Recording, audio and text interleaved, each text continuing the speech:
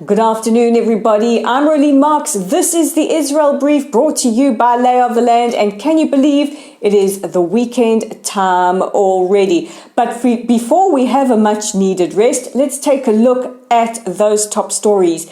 And we begin with a question.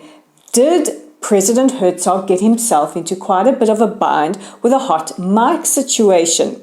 Now, any of us who work in broadcasting are always aware whether or not the microphone is live or hot, so to speak. But yesterday, the president was caught in a little bit of a faux pas, or was it, when he was talking to members of various parties, including Otzma Yehudi and various others.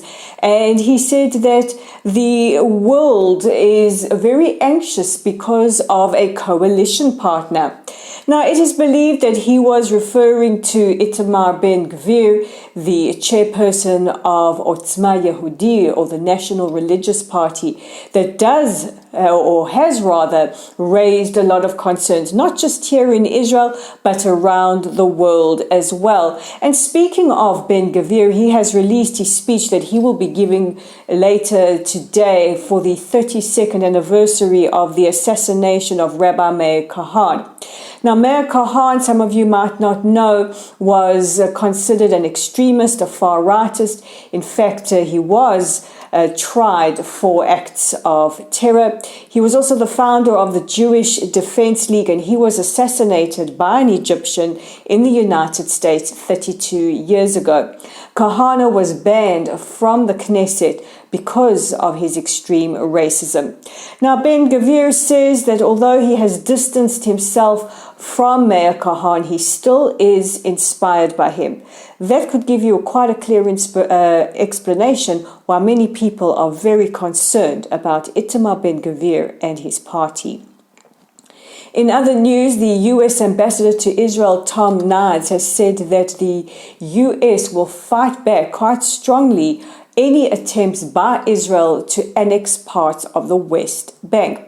The ambassador went on to say that it's not just the US that will do this, it's most countries as well. And he's referring to Itamar Ben-Gvir's partner, Bezalel Smotrich, also of the Otzma Yehudi political party, who is demanding that settlements, or the parts of the West Bank that are known as settlements, be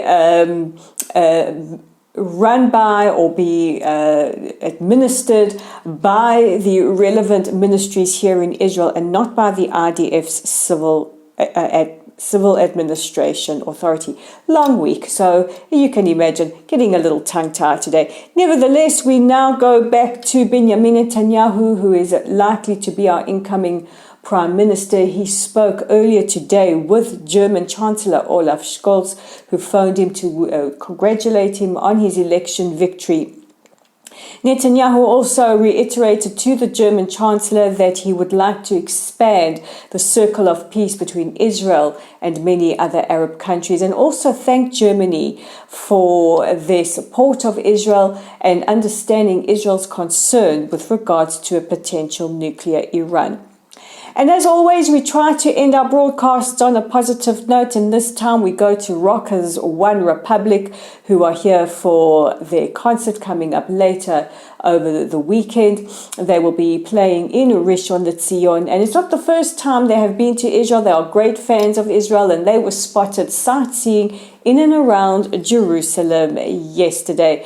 Great to have them back, and we look forward to many other acts that are soon to follow.